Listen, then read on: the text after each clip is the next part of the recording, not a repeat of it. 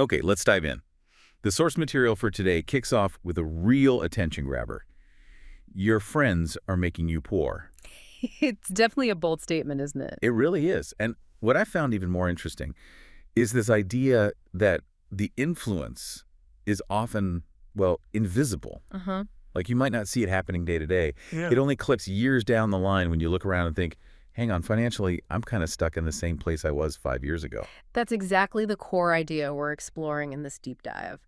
Welcome, everyone. Yeah, welcome. We're unpacking this provocative claim using some fascinating research and insights. The mission today is really to look at those subtle ways your social circle, the people you spend time with, shaped not just your finances, but your whole way of thinking. And as we look through the material, this central theme kept popping up. The people around you, they're either building you up or, sometimes without meaning to, breaking you down. Right. And often without you even clocking it, it seeps in through, influencing your habits, your routines. Even your mental energy, where your focus goes. It's like this unseen current. It is. And a big part of that current is habits. We tend to mirror the habits of our friends, often completely unconsciously. So it's not like you decide, I'm going to copy my friend's spending. Not usually, no. The research suggests it's much more subtle. Your risk tolerance, your spending patterns, they just sort of drift towards the group average. It becomes your default setting almost. That makes sense. So take an example from the source. If your friends are mostly about living for the weekend, Yeah. Conversations revolve around the latest Netflix show or video games or maybe just like gossip from the bar. Then your brain naturally goes there too. That's where your mental energy gets focused. It reinforces those pathways, makes them feel normal, even comfortable. But the flip side is if your friends are talking about, say, investments, Or building a business, pushing harder at the gym, planning big moves. then the material says your brain gets, and this is a quote, rewired. Exactly. And it sounds metaphorical, but the research implies it's more literal than you might think. Exposure to bigger ideas, more ambitious talk, it actually helps form new connections. Okay. You start thinking sharper, you start genuinely believing, that climbing higher is possible for you. So when they talk about rewiring, is it like actual brain changes or more of a mindset shift? Does the source get specific on that? It seems to touch on both. It points towards neuroplasticity, the brain adapting to what it's constantly fed. Okay. So the thoughts, the conversations, the actions you're surrounded by, they genuinely reshape your default thinking. Higher goals start to feel less like a fantasy and more like, well, the norm. That idea of reshaping your normal really flows into the next point, doesn't it? No. About wealth not just being about hustle. Right. The material really emphasizes this. It's Yeah. critically about your environment. And this is where it got quite stark for me. The idea that your social circle can actually set an unconscious limit on what you earn. It's a powerful concept. The example they use is very direct. If everyone in your circle thinks, say, $4,000 a month is good money, Yeah. then unconsciously your brain kind of gets capped right there. That figure becomes the benchmark for what feels achievable or even desirable. And bam, there's your financial ceiling. You might not even know it exists. It really makes you stop and think, Yeah.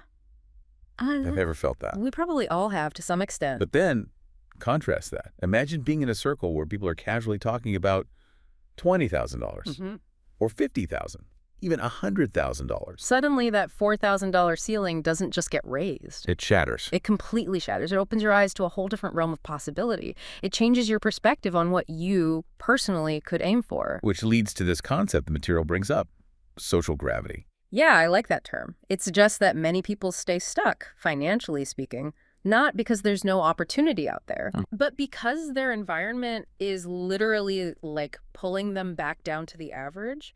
It reinforces the group's norms, the group's income expectations. It's that birds of a feather flock together Yeah. idea, but with like a financial undertow. Exactly. And it forces you to ask, is my environment lifting me or is it subtly holding me back? Am I flying with pigeons or am I trying to soar like an eagle, as the saying goes? That social gravity idea is potent.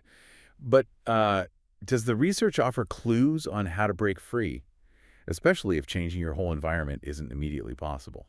Yeah, it does suggest that awareness is the crucial first step. Yeah. Just knowing this gravity exists lets you start consciously pushing against it, Okay. even if you're still in that environment. It's about building a stronger internal direction, maybe seeking out different influences, books, online groups, mentors, even just podcasts like this one initially. Right, starting to recalibrate your own sense of what's normal. Precisely. You start feeding your brain different data points. It's a challenging idea, definitely. And it leads straight into this sort of call to action in this material. It does. It presents a direct challenge to you, the listener. To audit your social circle. Yeah, to really take stock. And it suggests asking some tough questions, Okay. like who around you is feeding your ambition, and who maybe unintentionally is feeding your excuses? Oof. Great. Who makes you feel sharper, more capable, and who makes you feel, well, softer, more inclined to just settle? These are not comfortable questions to ask yourself about your friends. No, they're really not. Yeah. The material argues they're vital if you're serious about growth. So this audit, it sounds practical, but also potentially really difficult emotionally. Yeah. Does the source give any advice on, how to handle that?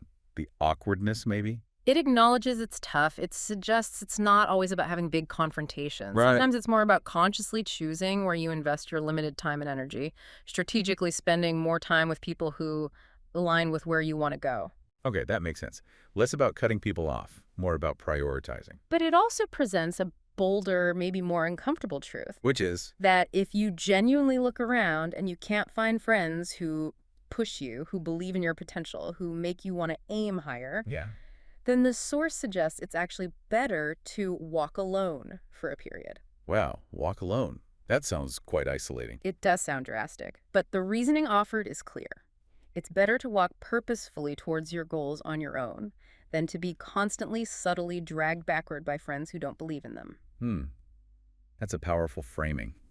Being dragged backward versus moving forward alone. It really puts the choice into sharp focus. In connecting this all back, the material wraps up with this really potent line. Ah, yes, the contagion idea. Exactly. Wealth, discipline, fitness, respect. Yeah.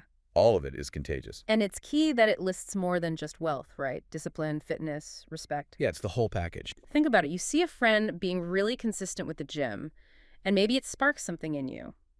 Or you see their disciplined approach to work, and it makes you reconsider your own habits. It's not just deliberate copying, it's absorption. Yeah, absorption, exposure, proximity raises the collective standard, subtly influencing everyone within that circle. That really underlines the importance of choosing who you spend time with, doesn't it? Absolutely.